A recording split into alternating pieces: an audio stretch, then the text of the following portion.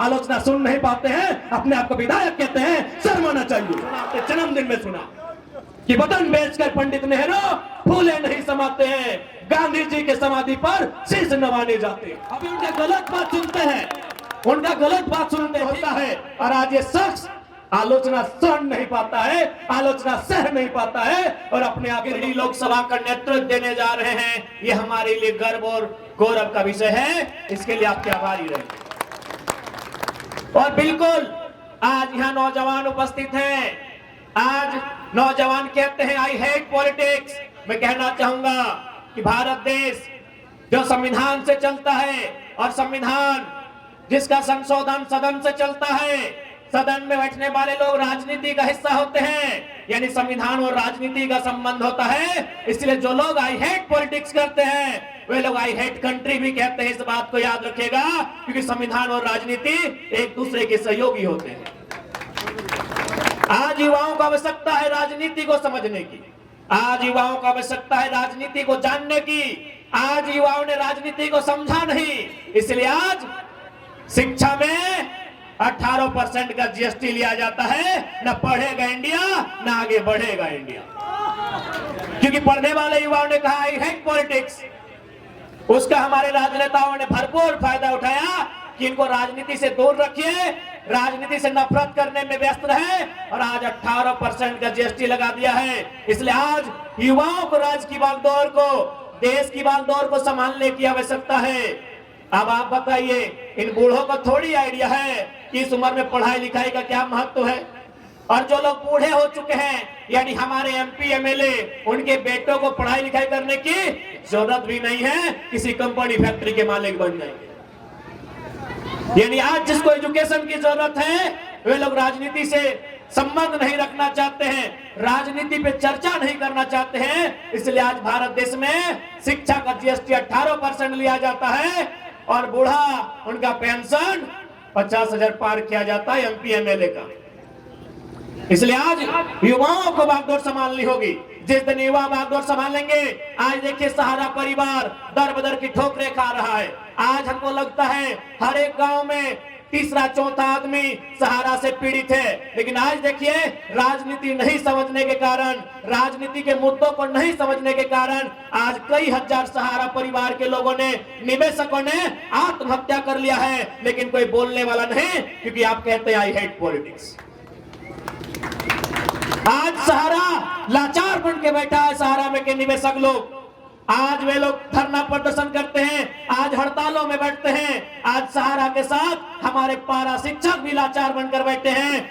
UPA की सरकार आई, NDA की सरकार आई, लेकिन समस्या जस की तस बनी बैठी है। आज पारा शिक्षकों की समस्या का समाधान अगर ये सरकार चाहे, माननीय श्री चंपई सोरेन जी चाहे, चुटकी में हो सकता है। अरे जितना आप अपने फोटो को फिल्टर करके गिरिडीह की सड़कों में खर्च में लगाए हैं, पारा के समस्या का समाधान हो जाएगा।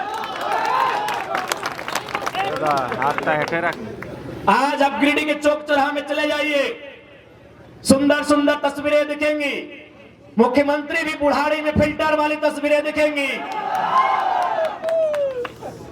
आज आप उन आंकड़ों का सिर्फ हिसाब लगाइए कि यदि एक क्षेत्र में, एक प्रखंड के कार्यक्रम में अगर बैनर पोस्टर खर्चा, प्रचार में इतना खर्चा होता होगा, तो सोच के देखिए इस पूरे झारखंड राज्य में अगर मुख्यमंत्री का कोई कार्यक्रम होता है तो सोचिए कितना खर्चा होता है। आप कहते हैं कि पारा का समस्या का समाधान नहीं है, आप कहते हैं पोषण सखी की समस्या का समाधान नहीं है, आप कहते हैं कि स्वयं सेवकों की समस्या का समाधान नहीं है, आप कहते हैं होमगार्ड की समस्या का समाधान नहीं है। अरे भैया, हर समस्या का समाधान इसी झारखंड की तिजोरी में है, उसे जनता के लिए खाली करने का आपका चेष्टा होना चाहिए। आज बड़ा दुर्भाग्य का बात है कि आज इस ग्राउंड में जब हम लोग का सभा होने वाला था, सुनने में आया यहाँ के लाडले, यहाँ के दुलारे सोनू मोनू, आदरणीय बड़े भाई श्री सुदीप सोनू जी, आपसे हमारी वैचारिक लड़ाई है। याद रखिएगा, आपसे हमारी व्यक्तिगत लड़ाई नहीं है। ये बहुत ही संकीर्ण मानसिकता के लोग हैं आप, कि आज 1 महीना पहले हम लोग परमिशन के लिए अनुमति मांग रहे हैं। मैं जिला प्रशासन तक ये संदेश देना चाहूंगा क्योंकि आप लोग आईएएस आईपीएस लोग हैं, आप संविधान की शपथ लेते हैं। भैया ये कौन सा संविधान, ये कौन सा लोकतंत्र कि आज बताइए इसी झंडा मैदान में मुख्यमंत्री का प्रोग्राम होता है, लेकिन आज हम लोग 6 महीना से झंडा मैदान परमिशन मांग रहे हैं, आप दे नहीं रहे। बताइए कौन सा लोकतांत्रिक व्यवस्था है, बताइए कौन सा व्यवस्था है।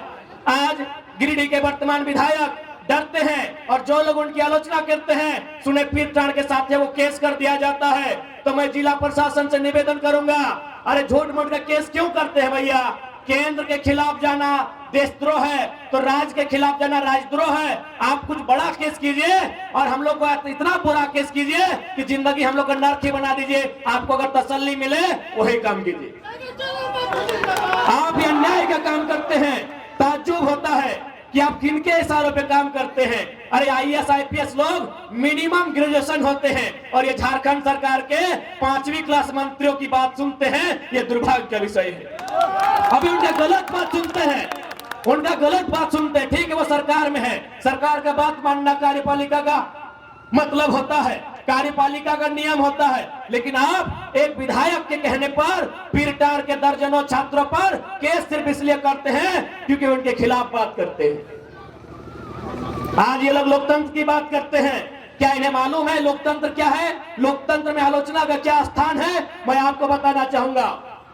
इस देश के पहले प्रधानमंत्री माननीय पंडित जवाहरलाल नेहरू, उनका जन्मदिन था।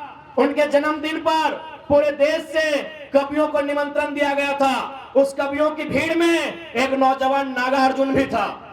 नागार्जुन ने क्या कहा था पता है? पंडित नेहरू के सामने कहा था कि वतन बेचकर नेहरू फूले नहीं समाते हैं। नागार्जुन ने कहा था कि वतन बेचकर पंडित नेहरू फूले नहीं समाते हैं, फिर भी गांधी की समाधि पर शीश नवाने जाते हैं, शीश नवाने जाते हैं। और पंडित नेहरू ने सुना, इसे लोकतंत्र कहते हैं। और सुदीप सोनो आलोचना सुन नहीं पाते हैं, अपने आप को विधायक कहते हैं, शर्म आना चाहिए।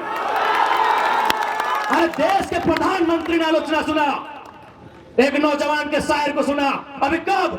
बर्थडे के दिन सुना, अपने जन्मदिन में सुना कि वतन बेचकर पंडित नेहरू फूले नहीं समाते हैं, गांधी जी के समाधि पर शीश नवाने जाते हैं।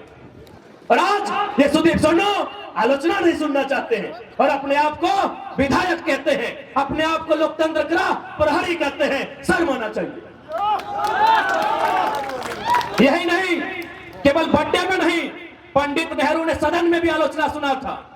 उस समय कवि कुल के श्रेष्ठ रामधारी सिंह दिनकर राज्यसभा के सांसद थे।